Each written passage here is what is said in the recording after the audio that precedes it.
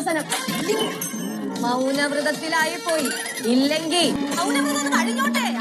എല്ലാത്തിനും കാണിച്ചു തരാം. ഹലോ ഗൈസ്, അങ്ങനെ നമ്മുടെ ഉപ്പും മുളകും പുതിയ പ്രമുഖ നമ്മുടെ ഭവാനി അമ്മൂമ്മ മൗനവ്രതത്തിലാണ്. എന്താ കാര്യമൊന്നും അറിയില്ല, ഭയങ്കര കലിപ്പിലുമാണ്. എന്നിട്ട് നമ്മുടെ ഭവാനി അമ്മൂമ്മയ്ക്കാണെങ്കിൽ ഒന്നും പറയാനും പറ്റുന്നില്ല, മൗനവ്രതത്തിലായി പോയല്ലോ. അപ്പൊ ഭവാനി അമ്മൂമ്മയ്ക്ക് പകരം നമ്മുടെ ലച്ചുവാട്ടോ എല്ലാം ട്രാൻസ്ലേറ്റ് ചെയ്യുന്നേ.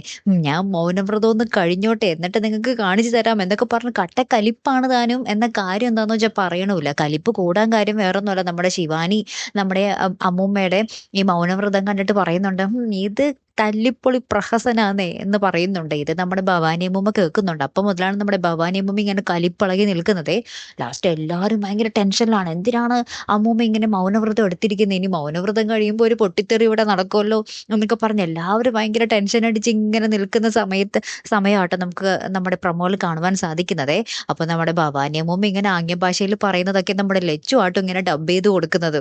ലച്ചുവിന് കൃത്യമായിട്ട് അത് പറ്റുന്നുണ്ട് കേട്ടോ. എന്തായാലും ഇന്നത്തെ എപ്പിസോഡിൽ നമ്മുടെ സിദ്ധു അളിയനില്ല കേട്ടോ. അത് എവിടെ പോയാവോ അല്ലേ?